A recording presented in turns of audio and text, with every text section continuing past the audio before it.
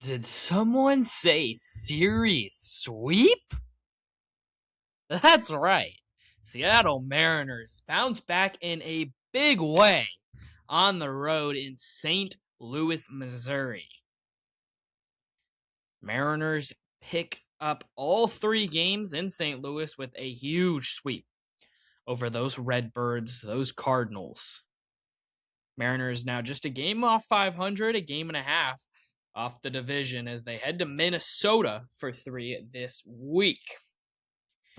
Cole Young, Julio Rodriguez, Cal Raleigh, Emerson Hancock. We're going to talk about all of those guys, as well as Brian Wu, very, very briefly. It was a lot of fun for most of what happened this weekend. I'll admit, I was pretty busy Friday night and Saturday. Saturday day game kind of screwed me up. I was prepared to watch that game Saturday evening until I realized it was a Saturday morning start. At the same time, I was calling a baseball game. So, we were not able to watch that ball game, but what I do know about that ball game is that it was very freaking weird. Very, very freaking weird. Started off with the Julio homer, and then it was just mayhem from there on out. But that's not what this episode's about. Episode 147 of the Light the W podcast. Welcome. Stick with us. We're starting right now. Okay. Mahal Domingo Anderson, let's get going. First and foremost, I want to talk about Cole Young because this guy has been really, really fun, really, really good this year.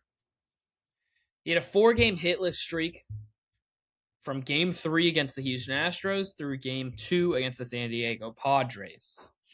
Since the end of that 4-game hitless streak, he has hits in 9 out of 10 games, including 3 multi-hit games, has struck out just 5 times in those 10 games, and has 3 walks in those 10 games.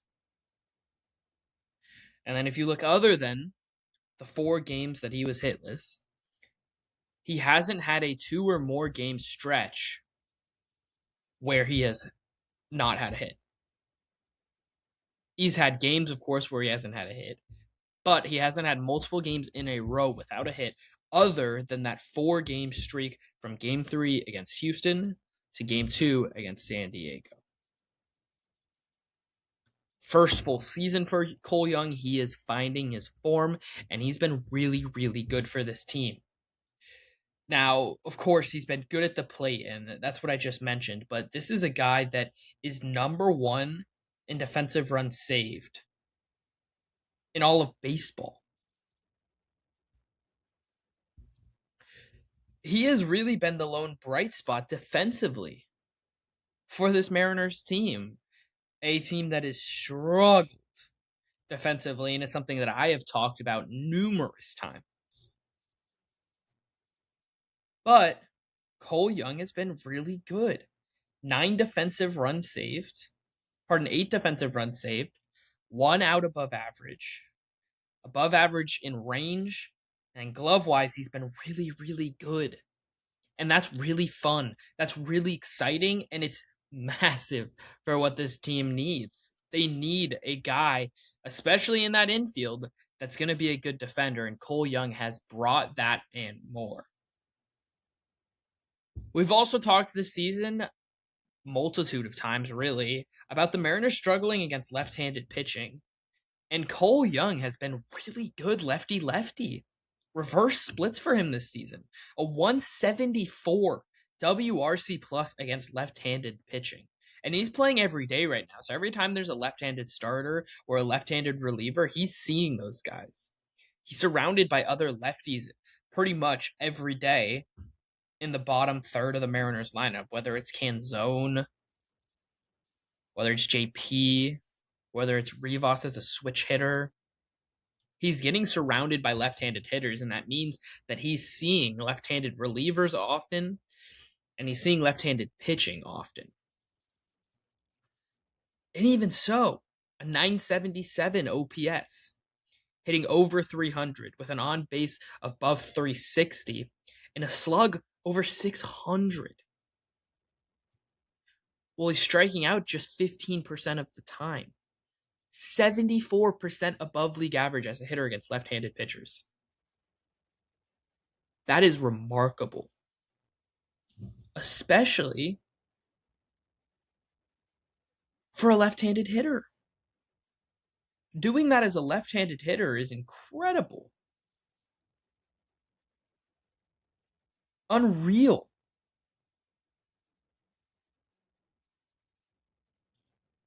And it's really is just so impressive.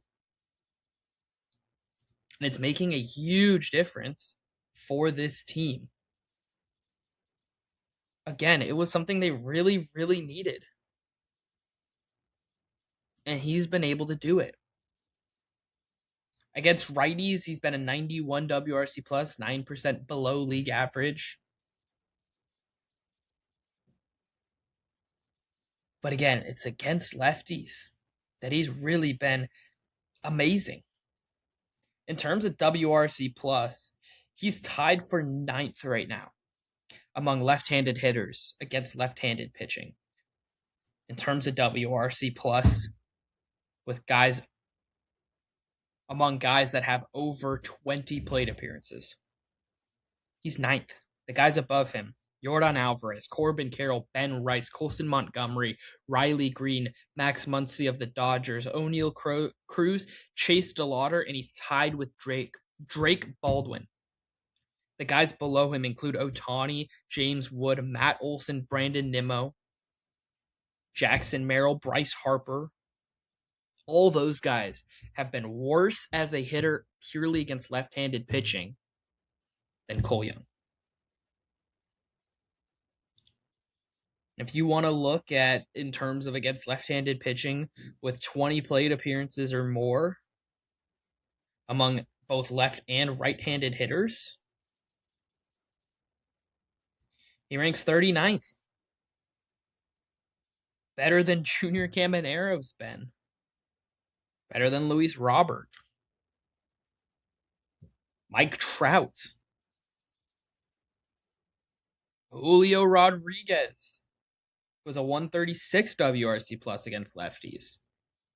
So yeah, Cole Young's made a really big impact on this team, and you heard Rob Refsnyder post-game today say, man, I don't know where we would be right now without that guy, without Cole Young. Which, by the way, Rob Refsnyder seems like an awesome dude. An awesome dude. But I'm really excited about what Cole Young has done, and there's still room to grow. If he's showing he can hit lefties like this, now is it going to stand at 74% above league average the whole season? No, but if he's a 120 WRC plus against lefties for an entire season, that ceiling is really high. Now, let's talk about what he's done against righties. A 91 WRC plus this year, 632 OPS, 224 average, 333 on base. The problem has been the slug. 299 slugging percentage. He's really struggled, especially with slug against righties, which is weird. It's really weird. But it really feels like there is the potential that he could really improve. That's an area where he could get a lot better, right? It doesn't feel like he's going to have this intense of reverse splits. Now, is it going to come back to the norm against lefties? Sure. But who says it can't come back to the norm against righties as well, and that he can't get better against righties? Let's just go look at 2025, what he did against right-handed pitching. He had reverse splits as well that last season. 76 WRC plus against righties, so he's made a big step. And 89 against lefties. Now, he's striking out more against righties, 25% strikeout rate. And part of that is because he sees a lot of changeups from righties. And part of his offseason goal was to get better at hitting the fastball. Now, with that, if you're hunting fastball, you're going to get fooled on a pitch like a changeup or a splitter that breaks late, but looks like a fastball out of the hand each and every time. That's caused him to be a -3 run value against changeups, really the only pitch he's super struggled against, hitting just 105 against them with no extra base hits. Just a 23% hard hit rate and a 33% whiff rate. So it's pretty clear where Cole Young needs to improve to be able to hit right-handed pitching. It's on the changeup. Now, that's no easy feat, and they've definitely seen some solid changeups and splitters so far this season. But it's clear what the approach is on him. And to me, this is the type of thing where, if you remember, Cal Raleigh was a guy that struggled with changeups low and away for a lot of his early first 3 seasons, up until last year. He struggled with changeups a little bit. So maybe that's just a thing where, Cole Young goes up to Cal Raleigh and he's like, yo, how do I improve on this? How do I get better facing changeups? How do I take steps against changeups? That's a question he might be like, how do I do that? I want to hunt fastballs just like you did last year. But when I'm doing that, I'm sort of losing this ability to go and attack changeups. And it's causing pitchers to have an easy out, specifically righties, against me. What do I got to do? And it's just a conversation with him, with other guys in the team on like, what makes it so that you're able to see and differentiate this changeup? Or maybe it's a thing where it's been, 4 weeks of the season? And it's just going to get better naturally the more he sees them. You got to remember, this is a kid that's still just 22 years old. And out of high school, just under 4 years ago.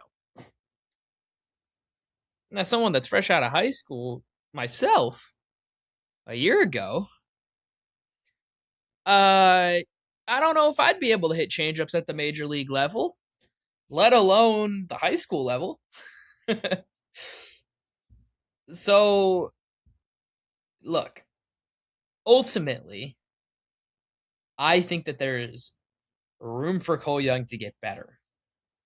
But he's been really good, especially with runners in scoring position, where he's been 83% above league average. And I'm really excited about Cole Young, if you can't tell. Let's transition. Let's talk about Cal Raleigh a little bit, just briefly. Home runs in 4 of his last 6. He's beginning to find his groove, beginning to find his swing. And it's causing the Mariners to be able to win some more ball games. Between him, Julio, and Naylor, they're really finding their groove. Julio, look at him, lost his 15-game on-base streak, which I believe was the 3rd longest of his career, on Friday night. He then followed that with 3 for 6 ball game, including a home run into Big Mac Land or whatever it was called. Thank you, Aaron Goldsmith, for that call. That was brilliant, beautiful, fantastic reactionary skills. So impressed. But between those 3, they're really finding their groove. Josh Naylor stealing bases. Josh Naylor starting to find the power. Josh Naylor getting hits to frickin' fall after not having that happen for the first, 2 weeks of the season? 3 weeks of the season even? Here we are, and those 3 guys are starting to heat up. The Mariners bullpen had a really good weekend, specifically those top 5 guys. Jose Ferrer had his first save in a Mariners uniform. Now it's about, can you get another guy to break out? If that happens, here we go. Now it's time to rock. Now it's time to roll. And as I've said this entire season, this team can go. This team can fly. This team can soar. That's fun. That's exciting. That's everything that we've been wanting this Mariners team to be, and more. I'm hyped about it. I'm excited about it. This team is becoming a lot more fun to watch. I'm excited to watch them play Minnesota this week and see what they can do against a Minnesota team that's been playing surprisingly decent ball. However, it's a Minnesota team that is beginning to struggle a little bit more. They've now fallen back towards where you expect them to be at 12 and 16. The Mariners will get Connor Prelip, Joe Ryan, and Taj Bradley. Joe Ryan, Taj Bradley, not easy pitching matchups, not easy guys to face. Plus, you have to have Luis Castillo start in game 1. So this is no give me series by any means. But it's a series you should, at the very least, win. And if you tell me the Mariners win this series and their road trip was 5-1, and that's how they come back to Seattle, snaps, applause, everything I could have wanted and more from this road trip. So go win this series against a team you should beat. Their lineup. Buxton's been below average this year. Larnach's been solid. Josh Bell is their 3-hitter. Victor Caratini's been their 4-hitter. So this is a team you can beat. Luke Keeshaw's been good. The 23-year-old. Matt Wallner been below average. Royce Lewis has really struggled. Brooks Lee has struggled a little bit. This is a lineup that you can be able to get to. They're 18th in OPS, 26th in average. Their strength has been their starting pitching, which ranks 12th in ERA in the league. And it's because of the guys at the top. It's because of Joe Ryan and Taj Bradley. Bradley with an ERA under 3. Ryan struggled a little bit more, ERA just under 4. But it's Joe Ryan. He's really good. He's a really good starting pitcher. So Joe Ryan's scary. And let's welcome Jeff into this as we're talking about the Minnesota Twins who the Mariners face this week. Taj Bradley, Joe Ryan, Connor Prielp, who's a lefty. The Mariners will get in game 1. Luis Castillo on the mound for the Mariners in that game. But Jeff, series sweep. We did it. How are we feeling? We did it. I had to hop on. We did it. I had to hop on for a very specific reason. Because days ago on this show, I said there is no circumstance where we can win 3 games in a row. So I'm here to say it again. There's no circumstance where we can win 6 in a row. That way, we can sweep Minnesota too. Oh, I would like that. That's a great idea. There's no game on I'm Monday. happy with 5. 5 out of in this 6? road trip, 5-1. Oh my god. We're due. We're past due. We're due. Can you imagine building a stadium in Minnesota and not having a roof on it? No. How many rainouts are we getting this week? Monday for sure. Tomorrow, if Monday? we play tomorrow, I'd be shocked. Oh, great. So doubleheader. That's fantastic. With Luis Castillo pitching one of them? Ooh, fun. Luis Castillo and Logan Gilbert? That sounds like we'll get 6 innings combined. All right, who are you most proud of right now? Cole Young. Oh, that's amazing. I've been talking about Cole Young for like 10 minutes. Great. I can't wait to listen. Cole Young. I love Cole Young. Was incredible. Lefty versus lefty, doesn't matter. He was ready to go. He's been so good. Him, Ref Snyder, Connor Joe had a solid weekend. Like, all of it. Connor Joe making Dan Wilson look smart. Smart. I'm proud of Dominic Canzone too. Knew his role this weekend. Yeah. Didn't get that sacrifice fly on Friday, and then had that RBI single the next at bat. Just sick. Randy was great. Julio was great. Oh, I wanted to share. A week ago, we beat Texas at home. Good memories, good times. And at that time, Cal Rowley's OPS was 511. Today it's 687. Julio's was 592. Today 663. As a team, we slugged 850 in St. Louis. As a team. Unreal. So sick. Julio's having his best April thus far in his career, and it's going completely under the radar right now. I also made fun of Julio last week. So who can I make fun of to set up for Minnesota? Let me think here. Luis Castillo. You're a bum. Mitch Garver. Logan Gilbert. Walter, step up, bro. Can I get 6 innings, please? How about Hancock doing his job today? Like, for real. With his sweeper not working, too. It was a really impressive start. Angie Mentic was all over it. Not to praise Angie, but like she was so good today. She was like, something's wrong with his hand. He keeps looking at it. Yeah. Something's wrong. Not that she didn't have a solution, but she was really. I was like, that's crazy because I was kind of half watching, half listening, and she Yeah. was all over it. Um, yeah. How about that dumper shot was amazing. I thought he floated it. 110 It was EV remarkable. wrecked. He's been great lately. I mean, Hancock honestly might have been the most impressive part of this weekend. The adaptability he's shown so far this season might be the most impressive part of all of it. Whenever I'm on, we don't get to talk about happy things. I cannot believe this No. team won a game 11-9 in which they trailed by 3 and they trailed by 2. So great. And I missed it all. Yeah, well, I missed the whole game. you're just creating a future for yourself. That's all. I'm just watching Division 3 baseball instead. It was fun. It's a Saturday was great really fun. life. Uh, It looked like a lot of fun. This team's been playing fun baseball. I we have also mocked ABS and like it's a vibe killer as far as for Yeah. announcing all the stuff. That Ref Snyder would have been strike 3 call today. How many times have we seen that with a guy in the bottom of our lineup? Like, I can't think of the times I've said like, oh, well, Dylan Moore struck out on a terrible call, and that's why we lost. Blah blah blah. Like whiny, whiny, whiny excuses from me. It was so great today to see Ref Snyder correctly challenge, and then that sweeper middle. See ya. What a miss. And they were hitting good relievers this weekend too. Riley O'Brien, as well as Jojo Romero. Those are two really solid relievers, and they were able to hit them around. How about bad managing by the other person? A 5-out save from your guy who's been untouchable? Don't do that to him. Why? So bad. He threw what, 50 pitches, something ridiculous? Yeah, and burned him for Sunday. They're in the middle of playing 17 games in a row, and they didn't protect themselves at all. They need a rain day. Jose Ferrer. Yeah. Gutsy glory. Jose Ferrer, man. Credit to that guy. Threw like 30 pitches yesterday over 2 innings, came in today and was pretty much lights out in his save. And people were not happy, I'm sure, to see him go in, cough, cough, Colby Patnode. What a pull. Who has his comments turned off on his Twitter, by the way. That's smart. Credit to him.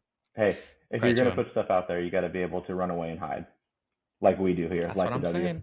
That's why when we're Jose Altuve fans, which will never happen, those Astros fans, they'll be here. So good. Knocking on my door. Okay. I wanted to ask who you're most proud of, the OPS increases. How about we got that guy back in the Randy Arozarena trade that we trade. So I love for Jerry's 200th trade. I love when we trade someone and get them back. Amazing stuff. And then perfect. Before I jump off the show, I have to say a huge shout out to the Arizona Cardinals for the funniest NFL draft I've ever seen. Is it them or the Rams? At least I can empathize with what the Rams are doing. Can you imagine your team being in the NFC West with 3 of the best teams in the league, and you draft a running back? Running back 3? Hey, he's pretty good at least. No, he's not, because he'll be playing behind that offensive line. Yeah, it's The NFC West. Well, hilarious. At least they're not the Niners having Grant Cohn ask the GM and head coach why they're reaching on picks every year. Anyway, gutsy question by him. Credit. Thank you for letting me hop on. Go M's. Thank you, Jeff. That was an amazing weekend. Let's maybe the rain will stop and we'll get to see him tomorrow too. I doubt it. Maybe. I hope so. That'd be sick. Thank you, Jeff. Go M's. Go M's. Thank you, Jeff, for hopping on to the show just for those couple minutes. Let's get back into the Twins series. Connor Priop, left-handed pitcher, going to be starting game 1 against Luis Castillo. As Jeff did say, could potentially get rained out, which would suck. Let's quickly look at their bullpen. Cole Sands has been their closer. It is not that great of a bullpen. They have 3 guys at the top that have been pretty solid. But Taylor Rogers has really struggled. And then they got some guys at the bottom that have struggled. There's definitely some guys that, they can get outs, and they have 3 lefties in this bullpen, 2 of whom have struggled, but they do have 3 lefties in there, including Cody Funderburk, which might be the greatest name for a bullpen arm I have ever heard. Funderburk. That's like, that's filthy. Filthy. Filthy. I know he's filthy. 8 strikeouts per 9. Garrett Acton, 12.15 strikeouts per 9. He's going to abuse Julio and Randy in this series. That's going to be a blast. This is not any sort of overwhelmingly amazing baseball team. In fact, it's a team that is not that great of a team, ultimately, right? So this is a team you should beat. This is a team you should win 2 out of 3 against. It's going to be a weird series. You're playing an AL Central team in April in their ballpark. It's going to be funky. There's going to be weird weather. There's going to be weird things that happen. That ballpark especially, there's some weird things that happen in right field. There's going to be something weird where it hits off the wall, and we're going to be like, Luke Raley, curse you, or Dominic Canzone, curse you, or whoever is out there, curse you. But get your wins, do what you got to do, and it would be a lot of fun to see 2 more wins on this road trip and head home at 500. That's what we're looking at right now. That'd be awesome.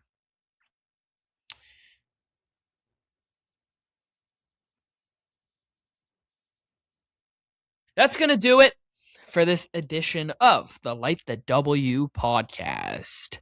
From Mahal Domingo Anderson and the ghost of Jeff Budke, who was with us a few minutes ago. Thank you for joining us on this episode. Go M's, let's go win another series. Peace.